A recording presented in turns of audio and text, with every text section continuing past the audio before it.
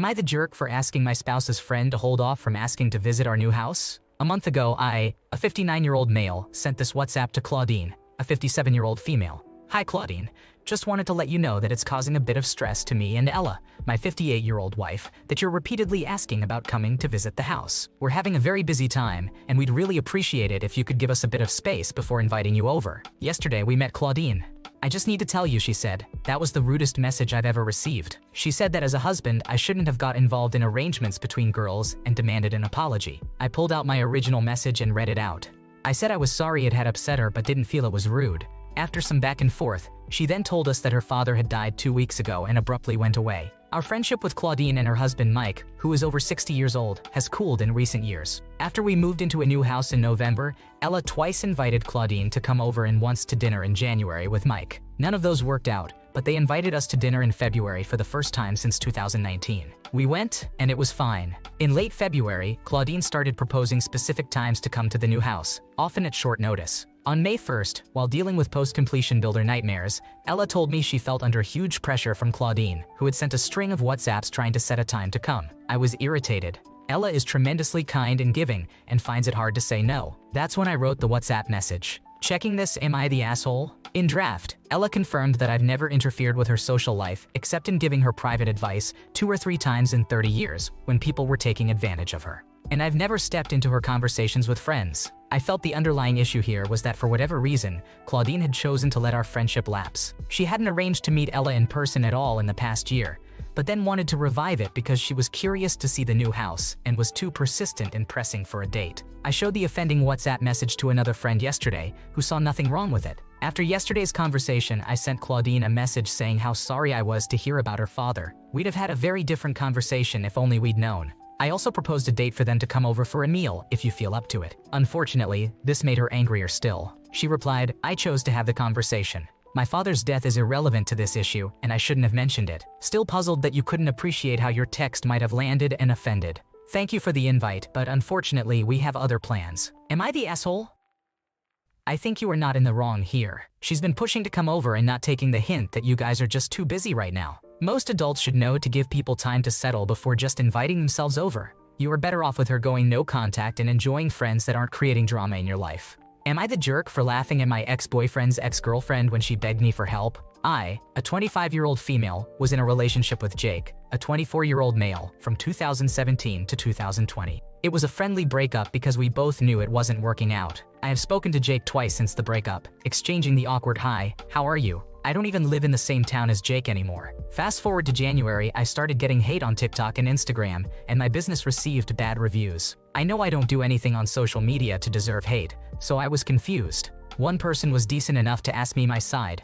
I was like, what side? Then, she showed me the TikToks Jake and his new girlfriend Becca, a 20-year-old female, were making about me. They were making it look like I was a crazy ex who wasn't over him, and that I was bullying Becca. I didn't even know Becca existed, and when I tried to message Jake, I found he had blocked me. This went on for 2 months. They would make a random TikTok or talk bad about me on live. Becca is a micro-influencer in my country, so I would get hate to the point I even had to go private on social media, which hurt me financially. In March, Becca made a post comparing us in terms of looks, and she didn't get the reaction she wanted. She tried to say that I sent people to body shame her to get me hate, and boy did I get hate. So, I said, forget it, and made a post with proof clearing my name. It didn't go viral, but enough people had seen it to ruin Jake and Becca's TikTok careers. I've had peace since, and gained more customers. Becca reached out to me Wednesday, I don't know how she got my number, saying she relied on TikTok, especially gifts from lives, as income. She wanted me to make a TikTok saying I spoke to her. She apologized. I forgave her, and to tell people to think of others' mental health when spreading hate online. I literally burst out laughing because she didn't apologize, nor was the reason behind the TikToks excusable. Becca ended up crying, telling me I ruined her life, and then she hung up. I've gotten messages from, I'm assuming, Becca's friends calling me an asshole, and more, for laughing at someone having a mental health crisis and clearly begging me for help. So she did her best to ruin your business and bully you repeatedly, with absolutely zero provocation. The drama was probably just to drum up views she couldn't earn in a more honest or interesting way. And she expects you to fix this? You owe her nothing. Am I the jerk for not trusting my child? I'm a dad to a 14-year-old called Jay. Today was the first time Jay would get a bus for 1 hour on their own, on an unfamiliar route, from a packed tourist-heavy city center to our house. Jay forgot their phone this morning when I dropped them off, so I had no way to contact them or for them to contact me. I was supposed to be working, hence the bus, but I confess, I was worried, thinking about what could go wrong. Jay is a wonderful kid, but not at all street savvy and has mild anxiety. I was worried that they wouldn't have a safety net if something did go wrong. With it being their very first time, I was apprehensive. Knowing what time their appointment ended, I asked to have the afternoon off work and got the bus into town. I waited to watch for Jay and make sure everything went okay. It did. They got to the stop safely through a huge crowd, had their bus pass with them, stopped the correct bus, and as they were about to board, they noticed me in line behind them. I wasn't planning on showing myself until they were getting off the bus, so they do the whole journey as if I wasn't there. After they noticed me, they were a bit upset. They asked, "Do you not trust me?" I tried to explain that I definitely do trust them. With this being their first time, I wanted to be there in case anything went wrong. After 10 minutes or so, I was forgiven, and it was all fine. I told my friend, who does not have children, what I had done. He asked about my day and said, "I bet they immediately realized that you don't trust them." My mother asked how Jay's appointment went, so I told her as well. She said, "Couldn't you have lied about why you were there to spare Jay's feelings?" I don't think I did anything wrong, but my friend and my mother seem to think that Jay has a reason to be cross with me. From my perspective, it's not about trust at all. Jay is a fantastic kid and a human being in their own right. For me, this was akin to training wheels on a bike. I was there just in case I was needed. I wasn't needed great. Jay and I will both be more confident if they have to make this journey again. But did I do anything wrong? Was this bad parenting?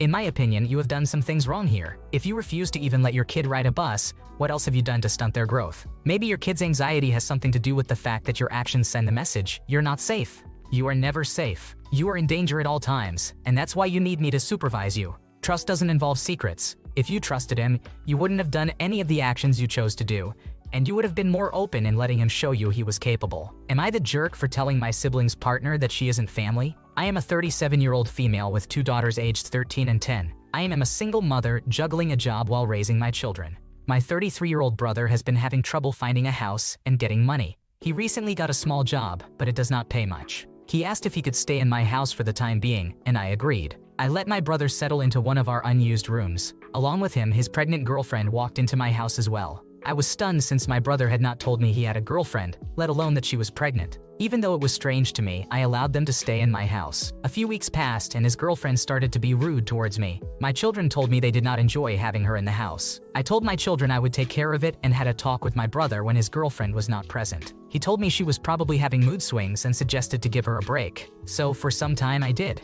My children and I were preparing to go to my cousin's funeral. My brother was not attending because he had work that day and could not get a day off. He said he would still send flowers to pay his respects. I was fine with the idea. My kids were in the car and I went back inside to get my keys since I had left them on the counter. My brother's girlfriend stopped me and asked where I was going. I said, to my cousin's funeral. She got upset and told me she should have been invited, which completely threw me off. I told her she wasn't family, so there was no reason she should have been invited, since she did not even know my cousin personally. She broke down in tears and I had absolutely no time for her. So I got my keys and attended the funeral with my children. Once we got back, it was late. I had my kids bathe and go to sleep. As I was heading to my room, my brother stopped me and tried to get me to admit I was being rude to his girlfriend. I immediately shut him down. I told him that if his girlfriend was going to continue to act like she owned my house, she was not going to live here anymore. Am I the asshole? You are not the jerk. There is zero reason for you to bring along this stranger to your cousin's funeral. Your brother and his girlfriend need to understand that they are both there by the grace of your goodwill. If you wait until after the baby is born, you'll never get rid of them, so now is the perfect time to give them the boot. Am I the jerk for not saying my grandfather isn't dead to me? I am a 17-year-old female in a happy home with both my parents, a 49-year-old female, and a 56-year-old male, still married. I am an only child. Our biggest family problem is my parents' in-laws. My grandmother on my dad's side tried to steal me as a baby since she always wanted a daughter, but my dad was her only child. My grandmother on my mom's side has always hated my dad for existing. My grandfather on my dad's side was neutral. My grandfather on my mom's side was a cheating alcoholic. He was married 9 times before he died, and each time cheated on his current wife with his next. I loved my grandfather to bits even if he had flaws. He made up for them in many ways, and I will always be grateful for that. Things went south for him a few years back when he married his last wife. She was addicted to pain medication and gambling. She forced him to drink more alcohol to keep him oblivious to her deeds. She took all his money and gambled that and his car away. In a year's time, my grandfather went from still looking human to a pile of bones and skin that couldn't even stand up. 2 years ago, during one of my exams, my mom got the call that he was sent to the emergency room and a few minutes later died due to hunger, since they only then found out his wife wasn't feeding him. Everyone was crying and my heart was truly broken. I was bawling my eyes out, and the next day I sat at a desk with a test I couldn't write. I failed the test and took the bus home. When I got home, it was abandoned. I know my mom took the day off work due to her emotional situation, and my dad took a day off to support her, but no one was home. I stayed up late, worried sick, only to find out my entire family attended his funeral without me. They waited till I was gone and then drove to do the preparation, leaving me in the dust. We have been to his house after his death once or twice, but I still don't feel as though he is dead. My parents are blaming me and calling me names for feeling the way I do, and my mom still feels as though she is the only one who has the right to feel upset. My friends and family all pick my parents' side and say it isn't that big a deal and I should get over it. So, I want to know, am I the asshole? Nothing you have done here makes me think you are the jerk. Honestly, what your parents did and are doing is cruel. They denied you the closure you deserved and needed by leaving you completely out of the funeral. Then they continued to invalidate your feelings by making fun of you and saying you're not entitled to feel sad about your grandfather passing away. Your feelings are valid, and a mental health expert might be able to help you process your grief. Am I the jerk for not inviting my birth family to my wedding, even when my sibling offered to pay for them? I was placed for adoption at birth.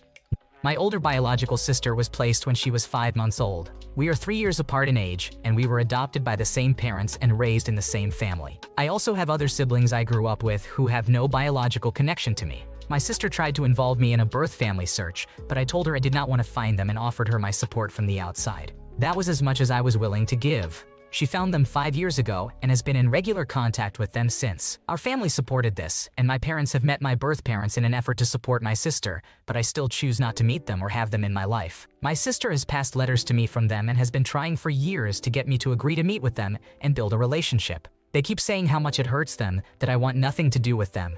She passes this on to me and tells me how much it hurts her that I will not be a part of this with her because our connection as blood-related siblings is huge, and now we have more blood-related family, as she puts it. I told her there is no part of me that wants to meet them and nothing I want from them. She told me she knows I have to want answers. I said no, I already know the answers. They were young when they had us and did not want to be parents at that time. She asked how I knew that, and I told her I did listen to her after she met them for the first time. It's been so messy. I get letters from them about once a month. I try giving them back to no avail, so I dispose of them and have never read them. I am not interested. I cannot be more clear than that. Now I am getting married and my sister fought for them to be invited. She offered to pay for them to come and told me she would cover all the costs associated with their place on the guest list. I still said no. She called me crying after she had been at their house because they were so upset to be missing it. She said, "Our biological father wants to walk you down the aisle."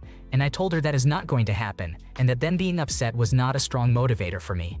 I also warned her that the place we are getting married at has security. We already added them to our package. My fiancé has a couple of family members we need to have monitored in case they get too drunk. I can easily pass on information about our birth family to keep them out if she tries sneaking them in. My sister said I am being unreasonable.